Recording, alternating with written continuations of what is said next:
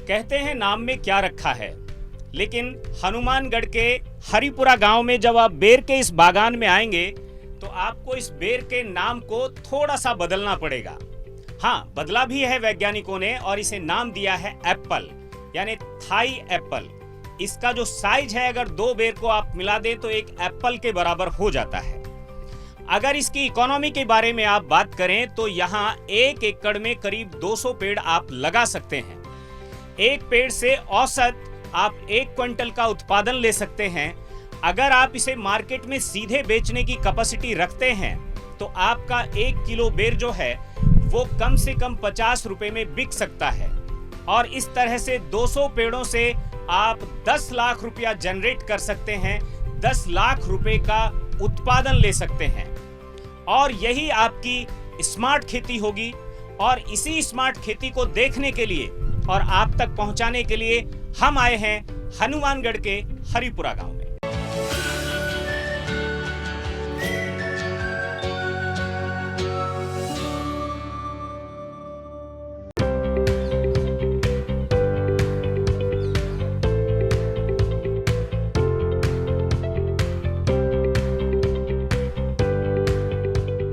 राजस्थान के हनुमानगढ़ का मेहरवाला गांव।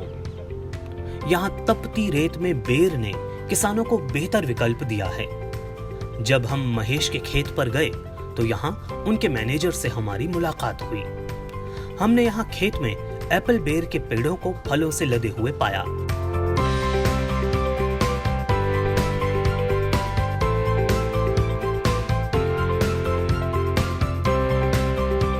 हमें यहाँ बताया गया कि एक पेड़ पर कम से कम 100 किलो एप्पल बेर का उत्पादन लिया गया है।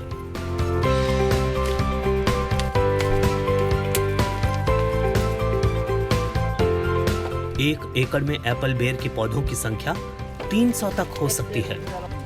अब अगर एक पेड़ पर 1 क्विंटल उत्पादन लिया जाता है तो जाहिर है 300 पेड़ों पर 300 क्विंटल उत्पादन होगा।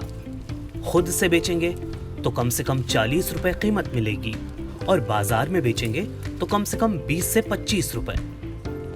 20 रुपए प्रति किलो भी मानकर चले तो 300 क्विंटल एप्पल बेर की कीमत 6 लाख रुपए हो जाती है। हालांकि कई किसानों ने 1 एकड़ में 400 से ज्यादा एप्पल बेर के पौधे भी लगाए हैं।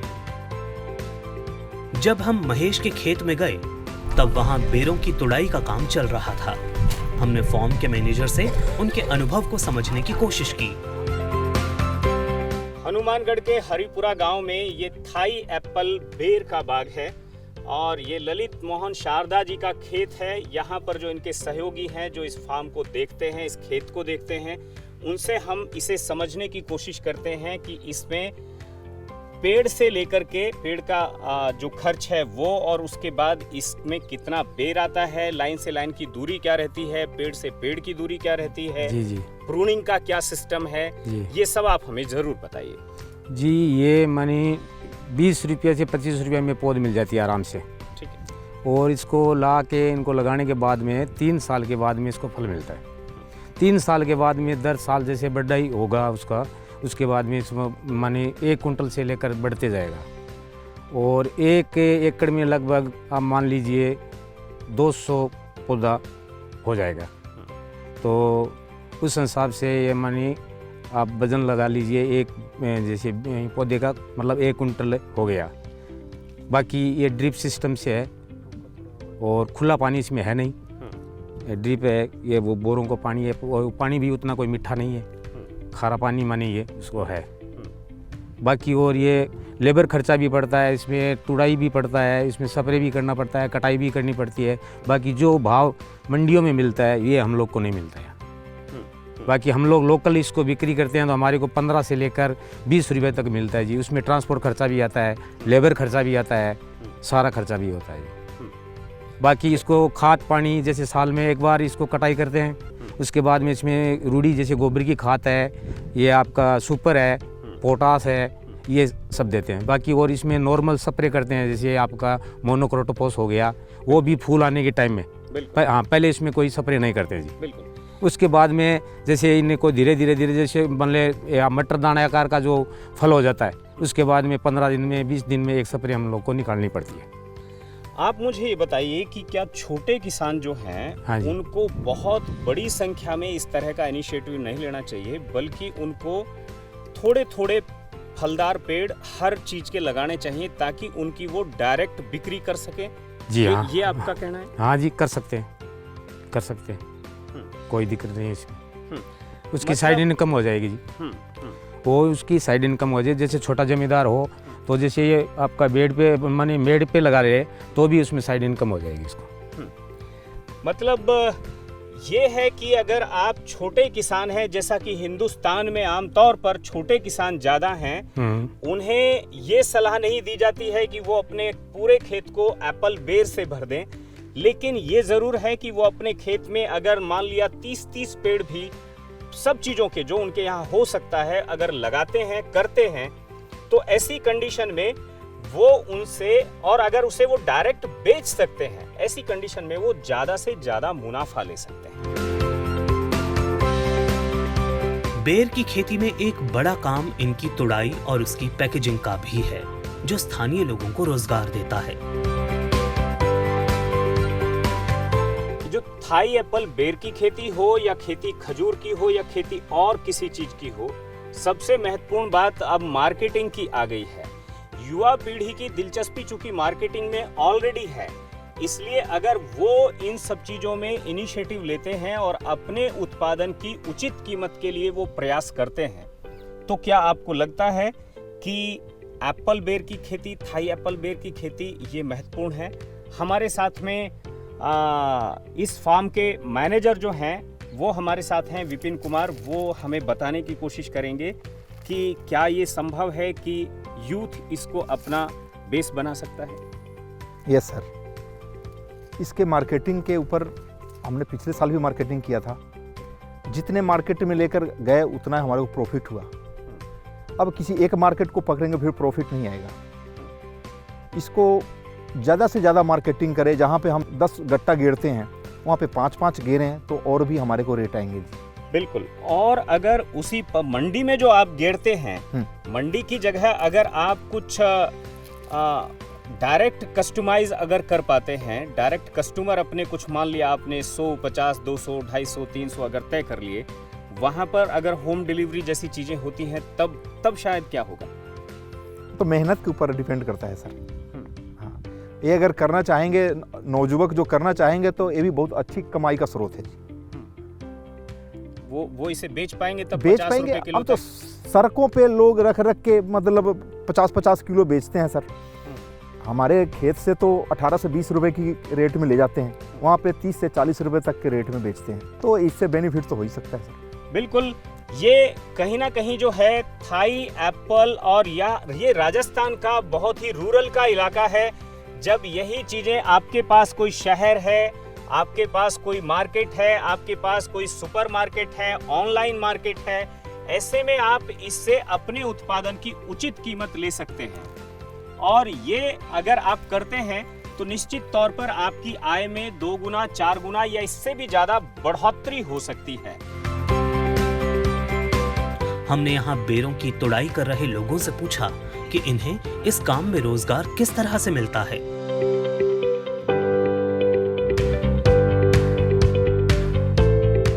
अगर बेर की खूबियों पर नजर डालें तो इसमें फाइबर भरपूर मात्रा में है, रस से भरा है। खाने में सेब और बेर दोनों का अनुभव आप एक साथ ले सकते हैं, और साथ ही लगातार 12 साल तक बेहतरीन आमदनी का भी। तो ये थी थाई एप्पल बेर की बात। वक्त अभी एक छोटे से ब्रेक का है। ब्रेक के बाद जब वापस आएंगे तो आपको दिखाएंगे जोजोबा की खेती। आखिर मैक्सिको का ये पौधा भारतीय किसानों की पसंद क्यों बना, देखते हैं।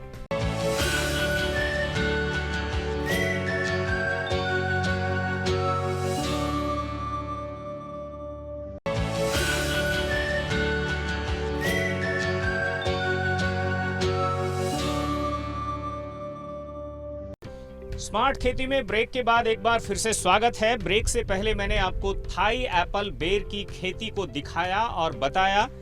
अभी मैं आपको लेकर आया हूं जोजोबा के खेत में। ये जोजोबा का पौधा है, ये जोजोबा की खेती हो रही है। इसमें जो सीड निकलता है 1 एकड़ में करीब 5 क्विंटल सीड निकलता है।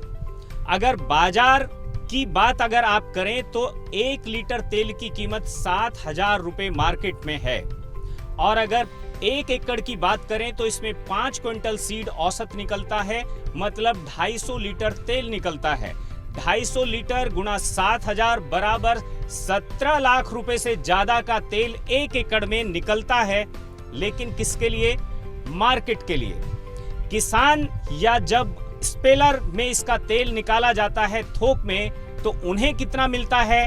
किसान जब इसका सीड पैदा करता है उसे कितना मिलता है, और कितना वो मिल सकता है अगर वो ऑर्गेनाइज होकर एक स्मार्ट किसान होकर के अगर इस चीज को आगे बढ़ाए तब। Jojoba oil. आप इन तस्वीरों में देख सकते हैं कि ऑनलाइन प्लेटफॉर्म पर जोजोबा के तेल की कितनी डिमांड है। सौंदर्य की समझ रखने वाले इसकी कीमत जानते हैं। यही वजह है कि आज 50 ml जोजोबा ऑयल 500 रुपए तक में मिलता है और 100 ml 1,000 रुपए। इस तरह से 1 लीटर जोजोबा तेल की कीमत 10,000 रुपए। अब गणित समझते हैं जोजोबा की खेती का। एक पेड़ से 2 किलो बीज निकलता है और 2 किलो बीज से 1 लीटर तेल, मतलब एक पेड़ बराबर 10,000 रुपए। जबकि 1 एकड़ में जोजोबा के 500 पौधे लगाए जाते हैं। इसका मतलब हुआ 1 एकड़ जोजोबा से 50 लाख रुपए तक का तेल। शर्त ये कि अगर आप इसका उत्पादन, प्रसंस्करण, पैकेजिंग और मार्केटिंग खुद ही करते हैं तब।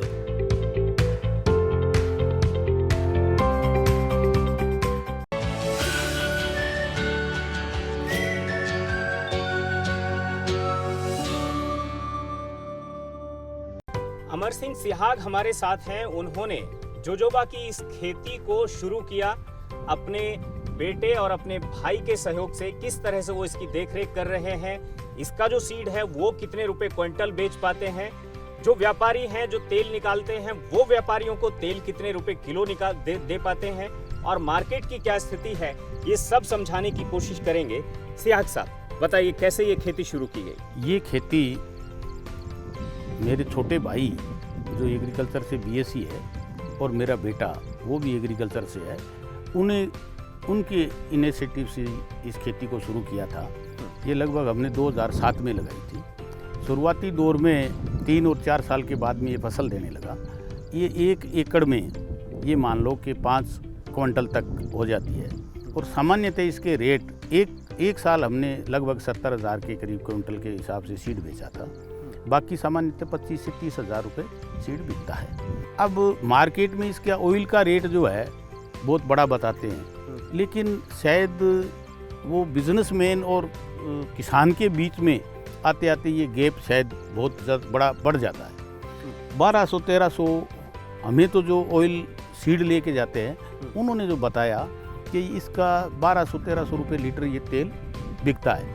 लेकिन ये पैकिंग होने के बाद, कंपनियों में जाने के बाद, अब जैसे आप बता रहे हैं कि इसकी बहुत बड़ी कीमत है। ये लगभग 1 बीघे में 17-18 लाख रुपए तक का हो सकता है। शायद ये गैप भरना चाहिए, पर ये तभी शायद भर सकता है जब किसान भी बिजनेसमैन की तरह से काम करने लगे। अभी तक जोजोबा के तेल को सौंदर्य प्रसाधन कंपनियां ही बेच रही हैं। किसान या किसी फार्मर प्रोड्यूसर कंपनी ने तेल निकालकर सीधे मार्केटिंग का काम शुरू नहीं किया है। यही वजह है कि इसका पूरा मुनाफा कंपनियां ले रही हैं।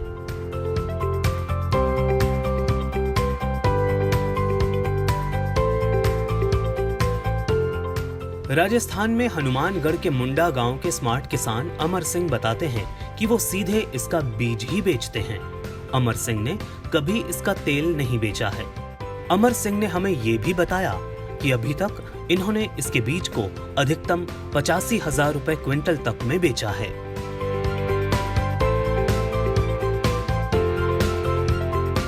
मैक्सिको से दुनिया भर में निर्यात हुए इस जोजोबा के पेड़ की उम्र 200 साल है। इसे रेगिस्तान का सोना भी कहा जाता है। इसका पेड़ बिना पानी भी जड़ें जमाए खड़ा रहता है। खाद की तो जरूरत ही नहीं, पानी मिल जाए तो बल्ले बल्ले। जोजोबा के पेड़ में -2 डिग्री से लेकर 55 डिग्री तापमान को सहने की क्षमता होती है। मैक्सिको ओरिजिन का जो ये प्लांट है, ये भारत में खास तौर पर राजस्थान में कितना सरवाइव कर सकता है, ये आप यहाँ पर देख रहे हैं। एक बात और है जिसे हम जानने की कोशिश करेंगे कि मार्केटिंग, मतलब सीड की मार्केट, कम से कम आपका जो बीज जो 5 क्विंटल के आसपास 1 एकड़ से निकल पाता होगा, ऐसा तो नहीं है कि वो बीज रखा रह जाता है, बिक तो जाता है ना सारा? हाँ, बिकने में आज तक हमारी कोई समस्या नहीं आई। यहीं पर आ करके और ले जाते हैं। एक बार हमने कलकत्ता से एक पार्टी है उसको यहाँ से भेजा था, तो बेचने में हमारे तो कभी कोई दिक्कत आई नहीं। और एक इसकी विशेषता ये है कि ये हमेशा हरा रहता है, मतलब कोई गर्मी में इसमें पतझड़ या इस तरह का कुछ नहीं होता, हमेशा के लिए हरा भरा रहता है। बिल्कुल, राजस्थान की धरती को हरियाली बनाने की इसमें है कैपेसिटी। हाँ, सबसे ज़्यादा इसी में शायद कैपेसिटी है। और इसीलिए ये राजस्थान सरकार ने उस समय एक तरह का ये एक विज़न सा चलाया था। उसी समय ये हमने ऑयल सीड का एक जो बोर्ड है उसके तहत हमने ये लगाया था। इसके साथ में जमीन पर कुछ और खेती, दाल, मोठ, मसूर, कुछ इस तरह का ये पॉसिबल है? जब तक ये खेती छोटी है तब तक इसमें हो सकती है, पर हमने एक कुछ गलतियां भी कर ली थी। इसमें कुकर बीट सब्जियां लगा ली थी शुरू में, तो वो बेलें इसके ऊपर चढ़ने की वजह से आधे से ज़्यादा पौधे हमारे पहले खराब हो गए थे। वो 10 बीघे के करीब हमारे 10-12 बीघा पौधे खराब हो गए थे। 4 मीटर तक की बढ़वार लेने वाले जोजोबा को लगाते वक्त इसकी लाइन से लाइन की दूरी 4 मीटर रखी जाती है, जबकि पौधे से पौधे के बीच की दूरी 2 मीटर रखी जाती है। चौथे साल पैदावार शुरू हो जाती है। इसकी सबसे खास बात यह भी है कि अगर आपके यहाँ पानी का TDS ज्यादा है तो भी कोई दिक्कत की बात नहीं है। जब आप जोजोबा को अपने खेत में लगा रहे हैं तो 10 मादा पौधों पर एक नर लगाना न भूलें। अगर ऐसा नहीं किया तो पेड़ों पर फल नहीं आएगा। जोजोबा की खेती कैसे करें, ये भी समझने की जरूरत है। इसका पौधा कहाँ से मिलता है, कितने पैसे में मिलता है, पौधे से पौधे की दूरी क्या रहती है, लाइन से लाइन की दूरी क्या रहती है, ये सीड देना कितने दिनों में शुरू कर देता है, और कितने टेम्परेचर पर ये सरवाइव कर सकता है, इसे मीठा पानी चाहिए कि खारा पानी चाहिए, इन सारे सवालों का जवाब भी हम सियाग साहब से जानेंगे। जी सियाग साहब, ये हमने शुरुआत की थी तो राजस्थान सरकार का दंड फार्म है जयपुर सीकर के पास, वहाँ से हम इसकी पौध लेके आए थे। इसमें नर और मादा का एक कम्बिनेशन होता है। मादा पौधों के साथ एक विशेष गैप के साथ नर पौधे भी लगाए जाते हैं। कितने पौधों पर एक? लगभग एक लाइन छोड़ के एक में 8 या 10 पौधे छोड़ करके एक पौधा लगा दिया जाता है। उससे इसका जो पॉलिनेशन होता है।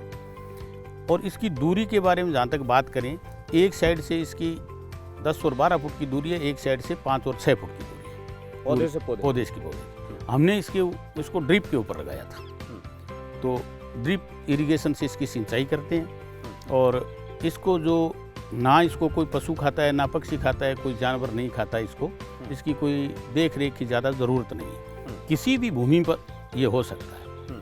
ये टेम्परेचर के हिसाब से अगर बात करें तो ये 0 टेम्परेचर पर भी हो सकता है और 50-55 सेंटीग्रेड तापमान पर भी हो सकता है। क्या बात। पानी की जहाँ तक बात करें तो इसमें बहुत ज़्यादा कोई मीठे पानी की भी ज़रूरत नहीं होती, सामान्य पानी में ये हो सकता है। इसको कोई खाद और पेस्टिसाइड किसी तरह का कुछ नहीं, ये नेचुरल तरीके से होने वाली खेती है।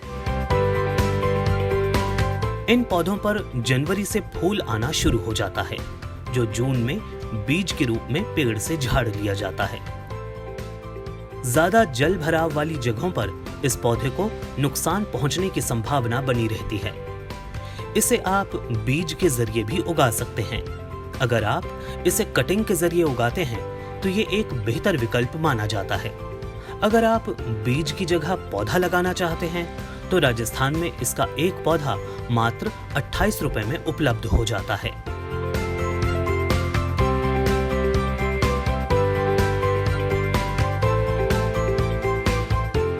हमने ये समझने की कोशिश की है कि जो जोजोबा का पौधा है, जोजोबा की जो खेती है, ये खेती वास्तव में एक अगर सीड की बात हम करें तो सीड बिकने की कहीं कोई समस्या नहीं है।